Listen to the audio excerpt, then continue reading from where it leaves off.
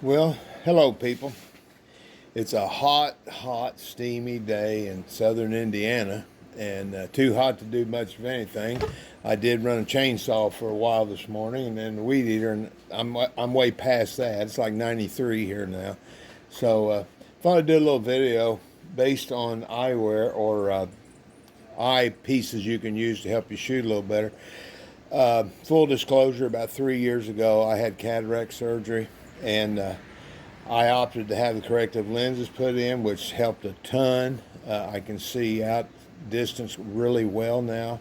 Uh, some of the guys marvel at how small a dot I can set out there at 60 yards, but it's true. I can get down. I have gotten down as low as an inch and 5/8.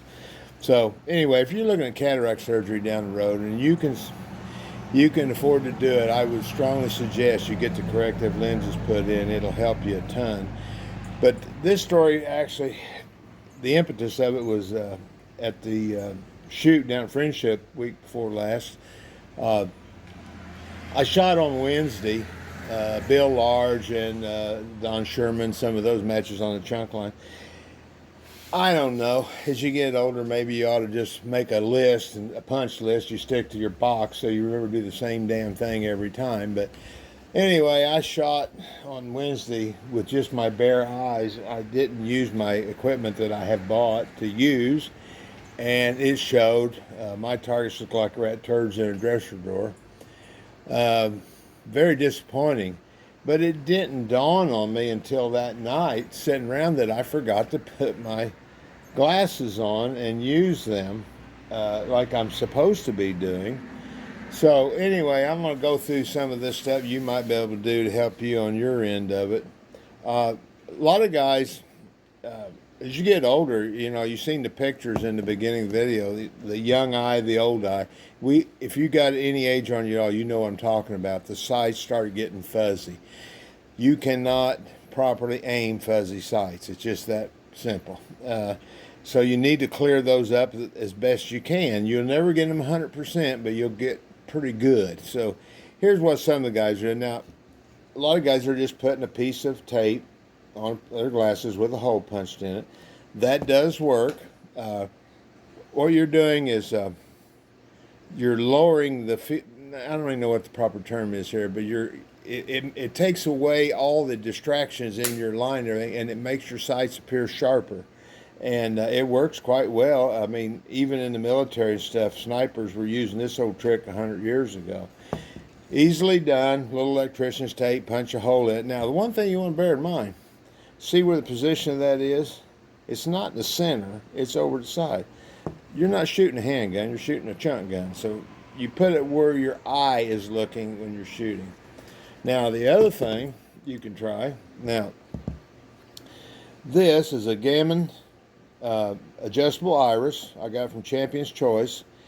The neat thing about it is, if you'll see here, the whole iris slides inside of this piece here, and that gives you a lot more adjustment. It clips on to your glasses, and then you have the ability to turn that hole up and down. Now, a lot of guys I still see are still trying to use the old Meritmaster from Merit. I don't even know if they make them anymore, because I was looking for one recently, and they don't appear anywhere. Maybe they're out of stock. I don't understand. But the problem with the Meritmaster is it's made for handgun shooters, and it's made to go right in the center of your glasses. And I had one, and I never did figure out a good way to put that on my glasses so that I could see through it properly with that cup in the way. You had very little adjustment.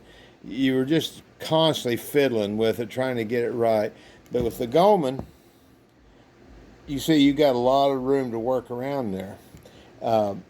It's not a cheap sight, but the Meritmaster wasn't either. It's about the same price if you could still get the Meritmaster. What I did have to do, and you can see here, I trimmed, this is aluminum, this plate right here. I trimmed that around so the bridge of my nose wasn't bumping it when I had the glasses on. And I just leave these on the glasses and leave the glasses at my shooting position. I don't try to wear them back to the table, although they do flip up, as you can see. So it's up to you, whichever way you want to do it. Now, the other thing I do, my eye doctor called this an occluder. Years ago, he gave me one that he uses in his practice. And what he explained to me was, anytime you close one eye, you're pulling the muscles of the other eye down with it. So what you're doing, restricting the amount of light your eye is getting. You need to be able to shoot with both eyes open. Now, I'm not one of those that can do that without some kind of help. I have admiration for the guys that can shoot with both eyes open with no help, but that's not me. So anyway, my eye doctor would call this an occluder. The shooters call this a blocker or a blinder. Now, I bought this also from Champion's Choice, and all it came with was this little part you see right here. That wasn't enough for me. I wanted to have a lot more coverage, so I glued a piece of plastic to it, and you can see now I'm getting a lot more coverage. I want as little distraction coming around those glasses as I can get away with. These are things as you get older, you might want to consult or, even talk to your eye doctor or see what he has to say about it.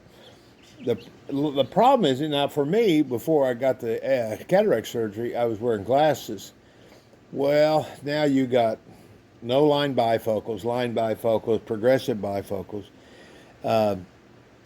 It was really hard to shoot with those, terribly hard, because your correction normally on your glasses is right in the center of the lens. Well, for shooting, your correction needs to be way over here in the corner. And I did have a pair of shooting glasses made many years ago by my doctor, and they were okay. But that was primarily for offhand shooting.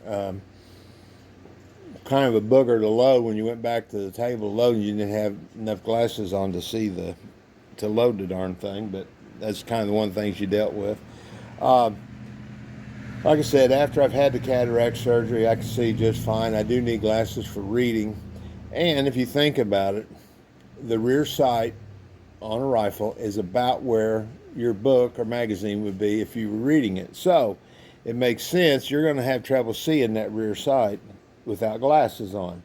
So the idea of the adjustable iris is to turn that way down so that you can see sharply on your rear sight. Now, you see this one goes way down. I have never been down that low. It's too dark for me, so I'm usually shooting right about there, and it works out just fine. Now, the next day, of course, of friendship was the super chunk, and I didn't go into it with the greatest of hope because the way I shot the day before. And I would not have laid all of my shooting the day before on not wearing the glasses, but here's what happened. I shot that day, the super chunk, I shot the best string I've ever shot with that rifle, placed fourth, had best X of the day, and that tells me the reason the day before I was having trouble was I wasn't seeing the rear sight clean enough for me to line everything up.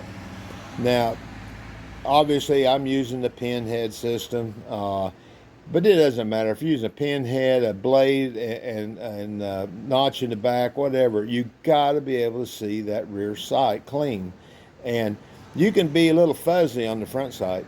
Actually, on me now, after the cataract surgery, the front sight and the target look great. It's just I got to get that rear sight a little cleaner, and these glasses with the adjustable iris will do that.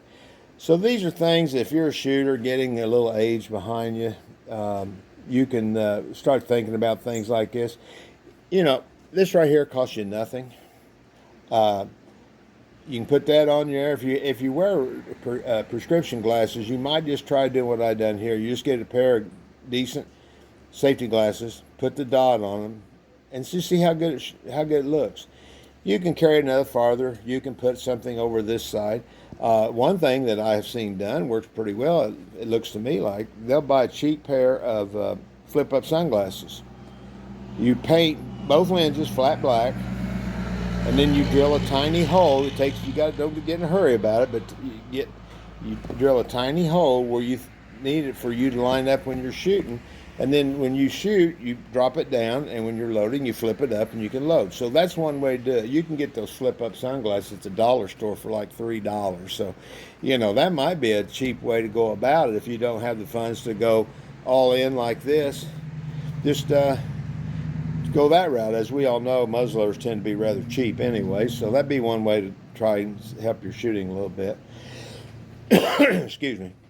So anyway, not much else going on today, as I said, so I thought I'd crank this little video out and get it uploaded. I've got a surprise video that I haven't even made yet. I'm hoping to get it done this summer. It's something I felt pretty confident it'll happen, and it's something we got to do before too much longer. So I'll get on that one later, but for now, take a look at your glasses. And listen, guys, even if you got the best eyes on the planet, wear safety glasses behind that gun. A cap splatter, a piece of flint flying off of a flintlock, you are just inches away from disaster. And what you don't need is to be going to the hospital with an eye gouged out.